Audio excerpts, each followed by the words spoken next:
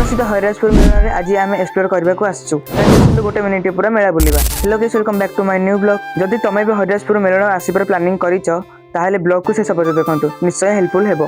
आमे गाड़ी पार्किंग रे रखिलु जार दाम थिला 30 टंका। तापर आमे मेला भीतर को एंट्री कलु। एंट्री करिया मात्र लोक मानकर गहली बहुत थिला, पूरा मेला भाइब्र फील आस्तला। प्रथमे आमे आसिलु बाबा पश्चिम समूह पाखरे फगु पकेइबा पई। आमे 2 पैकेट फगु किनिलु जार दाम थिला 50 टंका। बहुत समय बुली बुली फगु पकेइ सारिया परे आमे आसिलु किछि एन्जॉयमेंट करबाकू। तापर आमे दोली रे बसिलु जार दाम थिला 70 टंका पर पर्सन। दोली राइड ता सतरे बहुत मजा लागिला। दोली खेली सारिया परे आमे आसिलु किछि खाइबाकू। फूड स्टॉल तो बहुत थिला, किंतु आमे हेल्दी मटर सूप ट्राई कलु। मटर सूप टेस्ट एवरेज थिला, जार दाम थिला 20 टंका पर प्लेट। सेटे छोट छोट पिला मानक पई टॉय शॉप मध्ये बहुत पड़िथिला। सतरे कहिबाकू गले हरिराजपुर मेला एक्सप्लोर करी बहुत भल लागिला। तमे जदि एई मेला को बुलिबाकू आसी सारलणी ताहाले कमेंट रे निश्चय जणाइबे। आज ए ब्लॉग जदि भल लागिथाय तेबे गोटे लाइक और सब्सक्राइब निश्चय करिवे। आ जदि इंस्टा रे देखुछ ताहाले पेज को फॉलो करिवे।